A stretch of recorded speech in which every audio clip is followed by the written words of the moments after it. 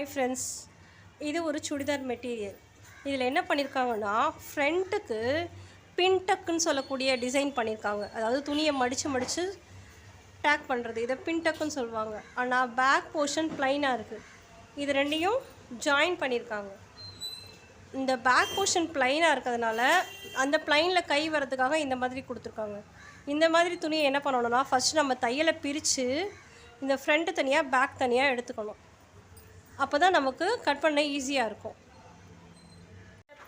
Front போர்ஷனை பிரித்து எடுத்துகிட்டு நம்மளோட டாப் இருக்கு இல்லையா, டாப்போட கீழ்ப்பகுதி கால் பகுதியில் மார்க் பண்ணிக்கோங்க. ஸ்டிச்சஸ்க்கு எவ்வளோ தேவை, இதில் இருந்து ஒரு 2 inches எக்ஸ்ட்ரா எடுத்துருங்க. எடுத்துட்டு இதை மடிச்சிருங்க. மடிச்சிட்டோம்னா நமக்கு தேவையான அகலம் கிடச்சிடும்.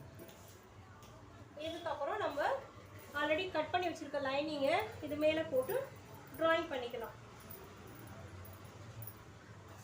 தேவையான அளவு மடித்து அப்படியே போட்டு அவுட்லைன் வரைஞ்சி வெட்டிக்கலாம். அவுட்லைன் வரைஞ்சி வெட்டும் பொழுது நம்ம இந்த நெக்கை மட்டும் கட் பண்ணக்கூடாது, இது ஸ்ட்ரெயிட்டாக எடுத்துடணும். நெக் ரவுண்டு வெட்டாமல் ஸ்ட்ரெயிட்டாக எடுத்துடணும். 2 and 1. இப்போ நம்ம அவுட்லைன் வரைஞ்சோம் இல்லையா, வரைஞ்சி இந்த லைனிங் அளவுக்கு வெட்டி எடுத்தாச்சு. நான் சொன்ன மாதிரி இந்த கழுத்தை அவங்க வெட்டவே இல்லை.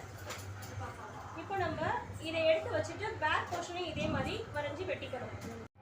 இப்போ இது நம்மளோட பேக் போர்ஷன். நம்ம ஃப்ரண்ட் போர்ஷன் கட் பண்ணி எடுத்துட்டோம். அதில் வந்து பின்டக் பிடிச்சிருந்தது, இது ப்ளைனாக இருக்குது. இதை இப்போ பேக் போர்ஷனை நம்ம வெட்டிக்கலாம். எதுக்கு இவ்வளோ பெரிய துணியை நான் ஒதுக்கி எடுக்கிறேன் அப்படின்னா, இந்த சைடில் நம்ம கை எடுத்துக்கலாம். அதுக்காக தான், அதனால தான் நான் இப்போ பேக் ஆஃப் ஃப்ரண்ட்டு தனித்தனியாக எடுத்துட்டேன்.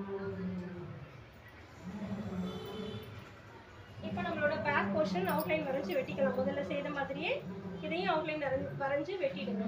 இதுலேயும் நம்ம கழுத்தை கட் பண்ணக்கூடாது. இந்த கழுத்து போர்ஷனை ஸ்ட்ரெயிட்டாக தான் எடுக்கணும்.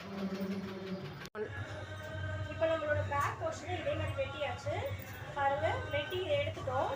இதை எடுத்ததுக்கப்புறம் இந்த சைடில் இருக்க பாருங்கள், இதை நம்ம கைக்காக யூஸ் பண்ணிக்கலாம். இதில் நமக்கு தேவையான 3/4 கை தாராளமாக வரும். இந்த மாதிரி நம்ம ஒதுக்கி வெட்டினா நமக்கு தேவையான அளவு கை எடுத்துக்கலாம். இதில் நம்ம வரைஞ்சி இந்த டைரக்ஷனில் கை கட் பண்ணிக்கலாம்.